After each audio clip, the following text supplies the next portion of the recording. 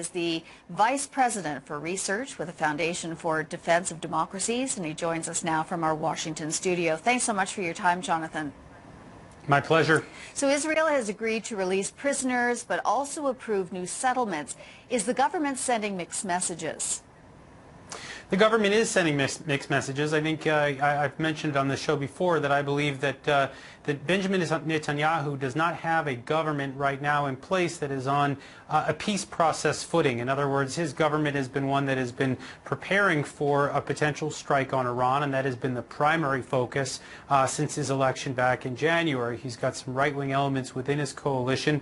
I think he was able to secure the release of some of these prisoners as a goodwill gesture, but I believe other parts of his government does not want to don't want to roll over on this issue, and they want to make sure that they still maintain a tough stance going into these negotiations. These substantive negotiations are set to take place on Wednesday. What do you expect to be at the forefront?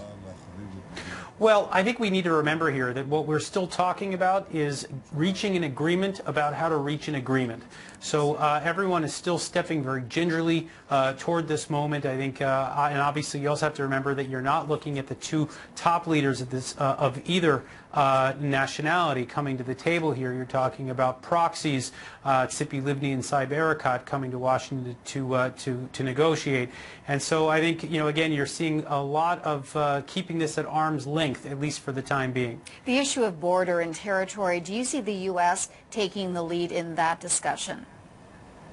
Well, I think the U.S. is going to be taking the lead on pretty much all of these discussions. This is John Kerry's initiative, and so I would see him trying to tackle every one of these issues, whether it's Jerusalem, borders, settlements, refugees. These are all core issues. It's still unclear to me exactly how they're going to start to approach this, what will be the sort of the areas where they focus on first.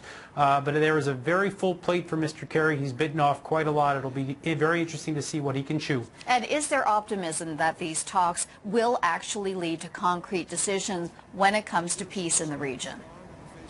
There's not, unfortunately. I mean, I think what we're looking at right now is, you know, I've mentioned already that the Israelis were certainly not on peace process footing. I would argue that the Palestinians are not on peace process footing. They spent the last 7 years looking to try to punish the Israelis through what we would call lawfare in the international arena, at the ICC and elsewhere. So neither man was really prepared for this moment right now. There's not a lot of optimism across the region, not amongst the Palestinians, not amongst the Israelis, and really not amongst many of the other countries across the region.